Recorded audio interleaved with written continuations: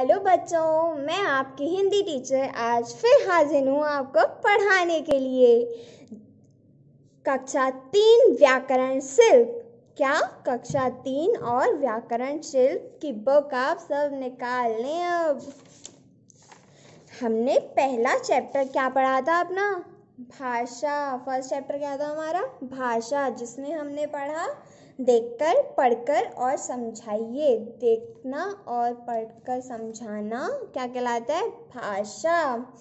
तो हमने पहले ये दो चित्रों में क्या क्या पढ़ा था कि मम्मी मतलब बेटा अपनी मम्मी से बात कर रहा है, टीचर अपने स्टूडेंट्स को पढ़ा रही हैं, जैसे कि अब मैं, ठीक है।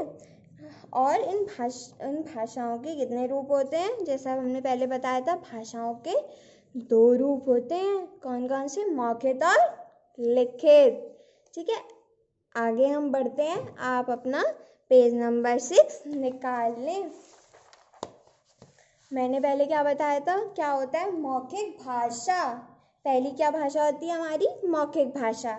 चलिए आगे बढ़ते हैं। जब हम मुख से बोलकर अपनी मन की बात बताते हैं, उसे मन की बात बताते हैं, दूसरे हमारी बात को कानों से सुनकर समझते हैं, तो उसे क्या कहते हैं? हम लिखा है ना, मौखिक भाषा कहते हैं। क्या कहते हैं? मौखिक भाषा। आपस में बातचीत करना, उपदेश देना, फोन पर बतलाना आदि मौखिक भाषा के उदाहरण है बच्चों। मतलब जैसे आप फ़ोन पे बात करते हैं अपने दोस्तों से, तो करते ही होंगे, ठीक है। उसी तरह फ़ोन पे बात करना, आपस में बातचीत करना, उसे मौखिक भाषा कहते हैं। आगे बढ़ते हैं हम। दूसरी भाषा कौन सी होती है हमारी? लिखित भाषा। क्या होती है हमारी? लिखित भाषा। जब हम अपने मन की बात लिखकर प्रकट करते हैं, प्रकट करने का मतलब हम जब लिखकर अपनी बात किसी पेपर पे या फिर किसी किताब पे या फिर किसी कॉपी पे लिख करके बताते हैं और अन्य लोग उसे पढ़कर हमारी बात समझते हैं, तो उसे लिखित भाषा कहते हैं। क्या कहते हैं? लिखित भाषा कहते हैं। समाचार पत्र। समाचार पत्र मतलब समझ रहे हैं ना आप? क्या होता है? मतलब न्यूज़पेपर। आपके मम्मी पापा तो ज़रूर पढ़ते होंगे, इसी तरह आप भी पढ़ा करें समाचार पत्र। पत्रिकाएं मतलब लेटर्स। लेटर मतलब आप जो पत्र अपने दोस्तों को या फिर अपने रिलेटिव्स को लिखते हैं, उसे कहते हैं पत्रिकाएं। तथा पुस्तकें। पुस्तकें मतलब बुक्स। बुक्स मतलब किताबें आदि लिखित भाषा के उदाहरण हैं। ये सब लिखित भाषा के क्या हैं? उदाहरण। अब आप मुझसे पूछेंगे, मैम ये संकेत भाषा क्या होती है? सांकेतिक भाषा। भाषा के तो 2 ही रूप होते हैं। आप मुझसे पूछेंगे भाषा के तो 2 ही रूप होते हैं, तो तीसरी भी भाषा होती है बच्चों, सांकेतिक भाषा। उसके बारे में हम आगे पढ़ेंगे। बच्चों आपने देखा होगा कि सड़क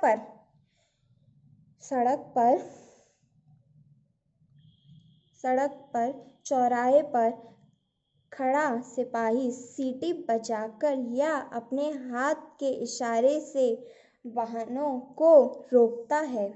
आपने देखा होगा ट्रैफिक पुलिस खड़ी रहती है, देखा है सड़कों पर, चौराहों पर, तिराहों पर, ये सब खड़ी रहती हैं। तो ये हमें सीटी बजाकर अपने हाथ दिखाकर हमें संकेत देते हैं कि हमें लेफ्ट जाना है या फिर राइट, हमें स्टॉप हो जाना है या फिर हमें चलना है, ठीक है, देते हैं।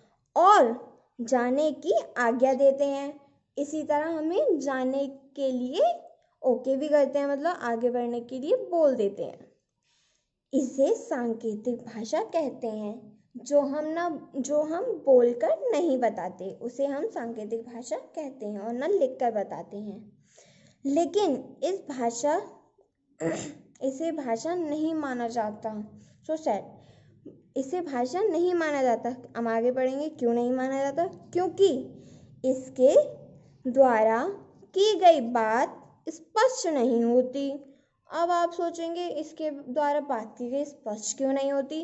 क्योंकि जब हम बोलकर बताते हैं तो हम अच्छे से समझते हैं, तो हम लिखकर बताते हैं तो हम उसे पढ़कर समझ सकते हैं।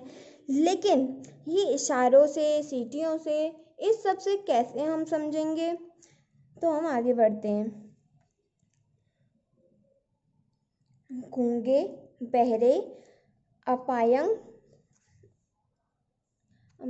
एम्पायर, रेलगाड़ी का गार्ड और आदि भाषा के इसी रूप का प्रयोग करते हैं। आपने देखा होगा बच्चों, जो गूंगे बहरे, जो नहीं सुन सकते, जो नहीं बोल सकते, वो साइन लैंग्वेज का यूज़ करते हैं। इसको इंग्लिश में हम क्या कहते हैं? Sign language.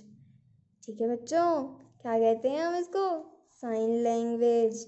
तो ये इसी भाषा का प्रयोग करते हैं। तो हमने क्या पढ़ा? मौखिक भाषा, लिखित भाषा और सांकेतिक भाषा।